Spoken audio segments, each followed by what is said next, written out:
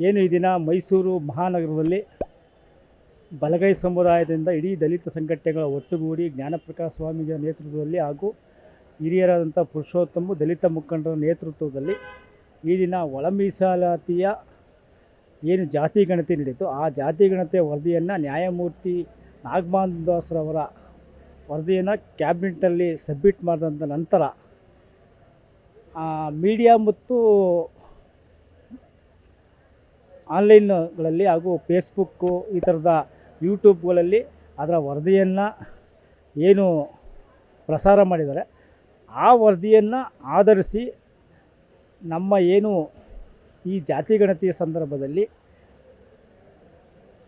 ವಲಯ ಹಾಗೂ ಆದಿ ಕರ್ನಾಟಕ ಹಾಗೂ ಛಲವಾದಿ ಈ ಸಮುದಾಯಗಳಿಗೆ ಅನ್ಯಾಯವಾಗಿದೆ ಎಂಬ ಒಂದು ಸ್ಪಷ್ಟ ಸಂದೇಶ ಬರದೇ ಇದ್ದರೂ ಆ ಮೀಡಿಯಾದಲ್ಲಿ ಬಂದಿರತಕ್ಕಂಥ ವರದಿಯನ್ನು ಆಧರಿಸಿ ಅದು ನಮಗೆ ಇಡೀ ರಾಜ್ಯದಲ್ಲಿ ಅನ್ಯಾಯವಾಗಿದೆ ಎಂದು ನಾವು ಈ ದಿನ ಮೈಸೂರಿನಲ್ಲಿ ಒಂದು ಹೋರಾಟದ ರೂಪುರೇಷೆಗಳ ಬಗ್ಗೆ ಪ್ರತಿಭಟನೆಯನ್ನು ಮಾನ್ಯ ಮುಖ್ಯಮಂತ್ರಿಗಳು ಮೈಸೂರಿನಲ್ಲಿ ಇರುವ ಕಾರಣ ಆ ಪ್ರತಿಭಟನೆಯನ್ನು ಒಂದು ಡಿ ಸಿ ಮುಖಾಂತರ ಪ್ರತಿಭಟನೆಯನ್ನು ಮಾಡೋಕ್ಕೋಸ್ಕರ ನಾವು ಈ ದಿನ ಸೇರಿದ್ವಿ.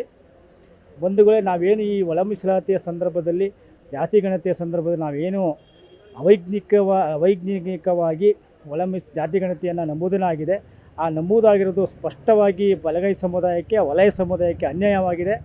ಅದನ್ನು ಮರು ಜಾತಿ ಗಣತಿಯನ್ನು ಮಾಡಿಸ್ಬೇಕು.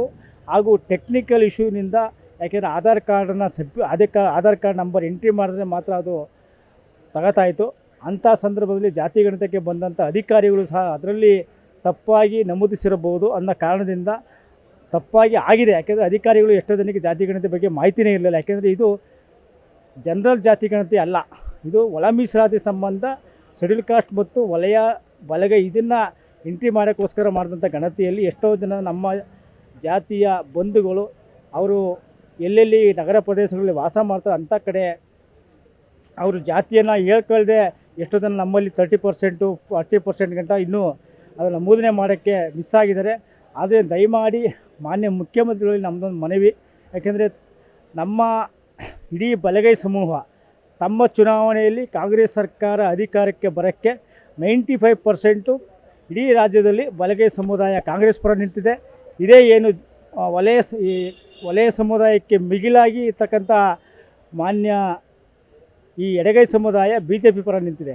ಆದರೂ ಸಹ ನಮ್ಮ ಸಮುದಾಯ ಇಡೀ ರಾಜ್ಯದಲ್ಲಿ 136 ಸೀಟ್ ತಗೊಳ್ಳೋಕ್ಕೆ ನಮ್ಮದು ಹಾಗೂ ಬಲಗೈ ಸಮುದಾಯ ಮೂಲ ಕಾರಣ ಆಗಿರೋದ್ರಿಂದ ನಮ್ಮಲ್ಲಿರ್ತಕ್ಕಂಥ ಕ್ಯಾಬಿನೆಟ್ ಮಂತ್ರಿಗಳು ಹಾಗೂ ಎಲ್ಲ ಶಾಸಕರು ಬಲಗೈ ಶಾಸಕರು ಒಂದುಗೂಡಿ ಈಗೇನು ಮೊನ್ನೆ ಕ್ಯಾಬಿನೆಟ್ನಲ್ಲಿ ತಾವೆಲ್ಲ ಇದನ್ನು ಧಿಕ್ಕರಿಸಿದಿರಿ, ಅದೇ ರೀತಿ ನಾಳೆ 16ಕ್ಕೆ ಇರ್ತಕ್ಕಂಥ ವಿಶೇಷ ಕ್ಯಾಬಿನೆಟ್ ಮೀಟಿಂಗ್ನಲ್ಲಿ ಇದನ್ನು ತಾವು ಪೂರ್ಣವಾಗಿ ತಿರಸ್ಕರಿಸಿ ಮಾನ್ಯ ಮುಖ್ಯಮಂತ್ರಿಗಳಿಗೆ ತಾವು ಮನವಿ ಮಾಡಿ ಈ ನ್ಯಾಯಮೂರ್ತಿ ನಾಗಮಾನ್ ದಾಸ್ರವರು ಇರ್ತಕ್ಕಂಥ ವರದಿಯನ್ನು ಮರುಪರಿಶೀಲನೆ ಮಾಡಬೇಕು.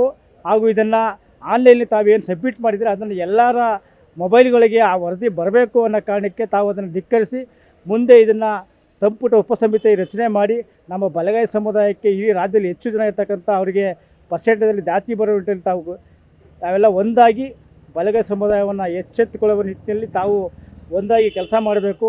ತಾವು ಈ ಸಂಪುಟದ ಸಭೆಯಲ್ಲಿ ಇದನ್ನು ವರದಿಯನ್ನು ಧಿಕ್ಕರಿಸಬೇಕಂತೇಳಿ ನನ್ನ ಮನವಿ.